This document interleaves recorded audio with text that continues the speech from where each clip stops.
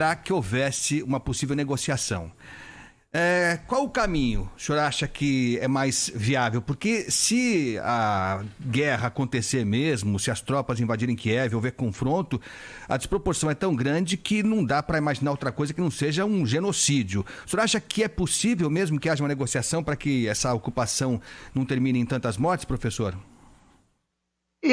Eu acho que possível por dois motivos, dos dois lados. Por um lado, a Ucrânia não tem nenhuma chance real de vencer a Rússia num confronto, numa guerra convencional. Não existe. Né? Então, eu acho que a Ucrânia teria o interesse, sim, em tentar acabar com esse conflito o quanto antes possível, porque simplesmente pode gerar muitas mortes na Rússia, em soldados russos, mas não pode ganhar.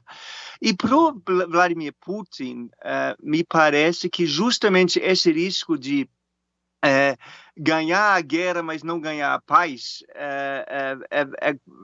seria talvez um incentivo para buscar uma saída negociada. País de uma forma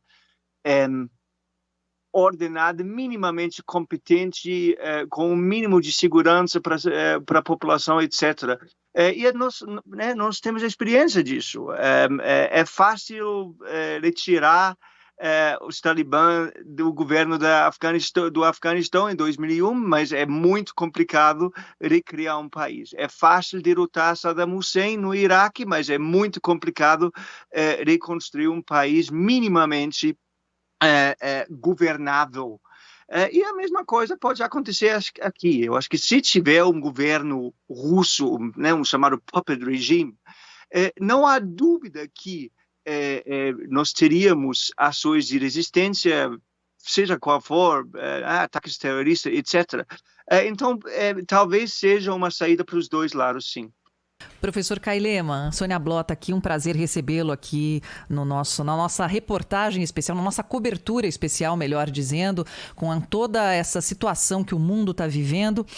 O povo ucraniano, historicamente, ele passou por grande sofrimento. Guerras, como a Segunda Guerra Mundial, sofreu muito no regime soviético, principalmente de Stalin.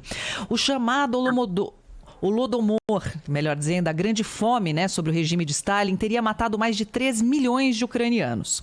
A pergunta que eu faço, aliás, duas em uma. Como que o senhor entende que o povo ucraniano vai reagir à invasão russa ou mudança de regime, porque a gente não sabe ainda como é que vai ficar, e quais serão as consequências imigratórias para... Principalmente para a Polônia, mas também para a Romênia e vários outros países. E isso, sem dúvida, aumentaria muito em caso de uma ocupação e mudança de regime inspirada, entre aspas, pelo Vladimir Putin. Então, a Europa teria, a União Europeia teria certamente um interesse numa saída negociada. A primeira pergunta da senhora talvez seja um pouco mais difícil, mas me parece, pelo histórico que a senhora colocou, que seria muito difícil para um regime russo governar esse país de uma forma minimamente pacífica, de uma forma que pudesse minimamente garantir a segurança, não somente para a população, mas para o próprio governo, para o próprio regime. Sem dúvida, a gente teria alguns movimentos de resistência, a gente teria, imagino eu, alguns movimentos de desobediência civil, e isso, por mais que isso não pudesse derrubar o governo, aumentaria muito os custos para Putin, em termos econômicos, em termos políticos, em termos sociais, etc. Como, aliás, já está acontecendo nas regiões do leste da Ucrânia que se declararam a Rússia só gasta lá. não traz economicamente, politicamente, nenhum benefício. Agora, amplia isso para a Ucrânia inteira e você tem um problema se você for o governo russo. Opa, a gente travou aqui o contato, que é por Skype, com o professor de Relações Internacionais da USP, Kai Lehmann, falando conosco sobre também o que significa a Ucrânia passar a depender da Rússia, num ponto de vista muito importante, para o ouvinte da Rádio Bandeirantes, indicando que não é só glória, não é só poder militar, mas custo também para a Rússia, caso o desfecho siga nesse sentido. E a Sônia tinha perguntado sobre imigração, é a Polônia nesse momento, não é, Sônia? Que recebe a Exatamente. maior parte daquelas pessoas que deixam a Ucrânia. Se fala já em 100 mil pessoas que deixaram a Ucrânia em um dia e meio, tentando cruzar as fronteiras da Polônia. Por isso é que está tudo travado, congestionamentos gigantescos, pessoas dentro dos carros desligados há horas e horas e horas, famílias inteiras. Gente saindo a pé, mudança. largando Isso o carro, deve se seguindo a pé, espalhar. seguindo a pé. Mudança inteira, Agostinho. É. Cachorro, É gato, impressionante. carro lotado, porta-malas. É esse o fluxo migratório que acontece agora na Europa. A gente está aqui já refazendo o contato com o professor Kai Lehmann, professor de Relações Internacionais da USP. Professor, só antes do senhor seguir na sua resposta, o senhor falava sobre o custo que é a Ucrânia também, um português muito bom, muito bom. Professor, então, seguindo aqui de onde travou a nossa ligação, o senhor falava sobre o que a Ucrânia representa também de custos para a Rússia. Sim, né, eu imaginaria que caso houvesse a instalação de fato de um governo russo, né, o que em inglês se chama um puppet regime, controlado, um governo ucraniano, mas controlado por Moscou.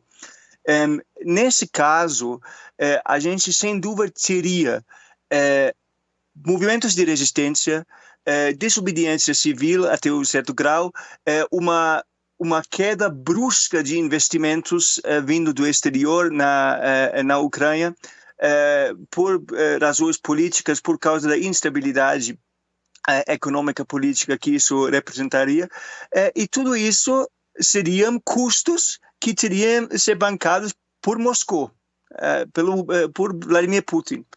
E eu não sei se vocês pegaram ou não, mas eu falei sobre a Crimeia. Desde a anexão da Crimeia pela Rússia em 2014, a Crimeia só gera custos para a Rússia. Não acrescenta economicamente, financeiramente, não acrescenta absolutamente nada, só gera custos. Agora, amplia isso, né, muitas vezes, aplicando isso à Ucrânia inteira, e a Rússia, e Vladimir Putin especificamente, teria um enorme problema. Professor Lehmann, o Ocidente, que a Thaís muito bem colocou aqui a questão da Covid-19, né? Que nós estamos saindo de uma pandemia nesse momento. A Rússia pode retalhar a Europa com sanções da área energética, principalmente com gás, já que a Europa é extremamente dependente do gás russo, professor? Pode, sim, e vai, né? Sem a menor dúvida. Caso haja uma ações desse tipo, mais ações desse tipo por parte da Europa, a Rússia, sem dúvida, teria uma retaliação desse tipo. Porém, vale a pena lembrar que a Rússia pode cortar o fornecimento de gás para a Alemanha. A Alemanha depende de 50% do seu gás natural da Rússia. Porém, isso também seria uma perda de renda para a Rússia, né? E a Rússia está numa situação econômica muito complicada, está numa situação financeira muito complicada. Então, Vladimir Putin teria que avaliar até que ponto ele pode, vamos dizer, fechar as portas para essas fontes de renda que no momento ele tem. Então, sim, os dois lados tendem a ter coisas a perder.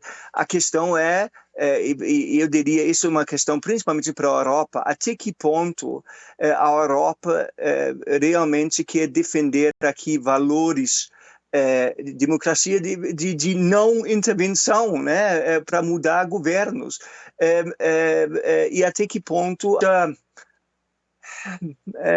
triste, preocupado, envergonhado, porque a resposta, por enquanto, ameaça muito, mas fez relativamente pouco diante da gravidade da situação, a meu ver. Nós estamos conversando com o professor Kai Lehmann, que é professor de Relações Internacionais da USP, professor. Aliás, quem concorda com o senhor é o presidente da Ucrânia. Ele disse claramente que acha que a Europa está fazendo pouco, que esperava mais. As retaliações estão sendo anunciadas, mas não parece que serviram até agora para conter o ímpeto do presidente Vladimir Putin. Professor, o que há de verdade na versão russa de que as províncias rebeldes que foram reconhecidas pelo governo russo, em que havia violência, que o governo ucraniano estaria agindo de forma violenta contra esses cidadãos russos na Ucrânia? O que há de verdade nisso? De fato, há uma ação agressiva, violenta, ou havia do governo ucraniano contra esses ucranianos que se consideram ainda russos, professor? Não, isso é, né, notícia falsa, isso é mentira, até porque a Ucrânia, o governo ucraniano tem muito pouco controle sobre essas províncias. Essas províncias estão sendo controladas por rebeldes russos, cidadãos ucranianos que se consideram russos, e essas províncias estão sendo apoiadas financeiramente em termos de armas pelo governo russo. Então a ideia de que o governo ucraniano poderia entrar lá e cometer genocídio é ridícula. É absolutamente ridícula. Isso não é mais nada, não é mais nada do que uma mentira para justificar a invasão que está acontecendo. Professor Kai Lehmann, professor de Relações Internacionais da USP. Queria colocar mais 2 assuntos aqui para a gente encerrar a nossa conversa, professor, mas são 2 daqueles. O primeiro é China. Como é que o senhor está vendo hoje o papel da China nesse conflito? A China que está quietinha e, pelo que Putin já deu declarações, pelas movimentações, pela forma de agir do governo russo, o senhor acha que a Rússia quer mais do que a Ucrânia? Sim, o Vladimir Putin chegou a poder na Rússia em 1999 como um objetivo. E ele deixou esse objetivo bem claro. Ele tinha como objetivo reestabelecer a Rússia como uma grande potência. E ele tem agido de forma militar, de forma agressiva, onde ele considera que esse objetivo se ameaçado. Ele ajudou rebeldes na Geórgia, ele anexou a Crimeia e sustenta repúblicas, entre aspas, rebeldes no leste da Ucrânia, e agora está fazendo uma invasão militar num país de mais de 40 milhões de habitantes. Então, tem uma expressão em inglês, e eu mencionei isso em várias outras entrevistas que quando alguém te fala quem ele é, acredita na primeira vez. If someone tells you who they are, believe them the first time. E Vladimir Putin deixa muito claro há 20 anos quem ele é. O problema que nós temos, principalmente na Europa e até um certo ponto nos Estados Unidos, é que nós sempre, pelo visto, acreditávamos que a gente pode pacificá-lo, que a gente pode dar justamente o suficiente para deixar ele quieto. E isso não funcionou. Não funcionou, né? A gente ameaçou, a gente está ameaçando agora sanções duras. A gente ameaçou as sanções duras 7 anos atrás, em 2014, quando ele anexou território ucraniano, sem que houvesse nenhuma reação militar, nada. Né? Eu entendo a resistência forte de se envolver num conflito militar contra a Rússia na Ucrânia.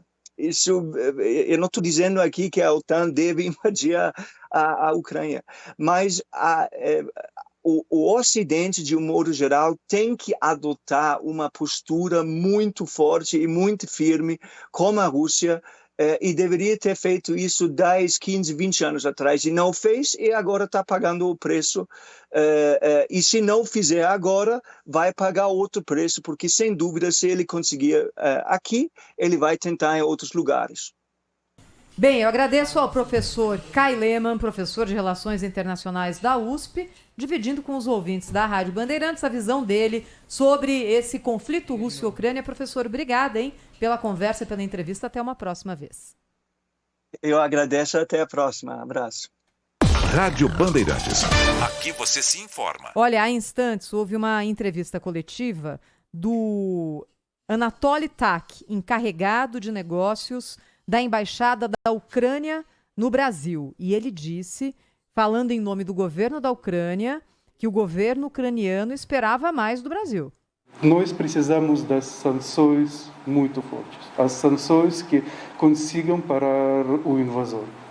Condenação é muito boa, mas são necessárias também as ações. Nós gostaríamos de contar com o apoio do Brasil. Nós estamos vendo pronunciamento de muitas autoridades brasileiras. E o principal é que o Brasil está apoiando a solução política e diplomática do conflito. É necessário, claro, mais ações para voltar às negociações e para parar esse ataque contra o nosso país. Bem, esse é o encarregado da Embaixada da Ucrânia no Brasil. Agora, a partir do momento em que o presidente Zelensky, o presidente ucraniano, vem a público e diz o seguinte: aliados ocidentais, não falando do Brasil, mas falando da Europa, falando dos Estados Unidos, vocês nos abandonaram? Não vejo nada? Vocês prometeram e até agora nada? O que se quer que o Brasil faça numa hora dessa? Agora, essa manifestação que nós ouvimos agora, ela vem ao encontro do que diz pra gente aqui o cônsul honorário da Ucrânia aqui no Brasil,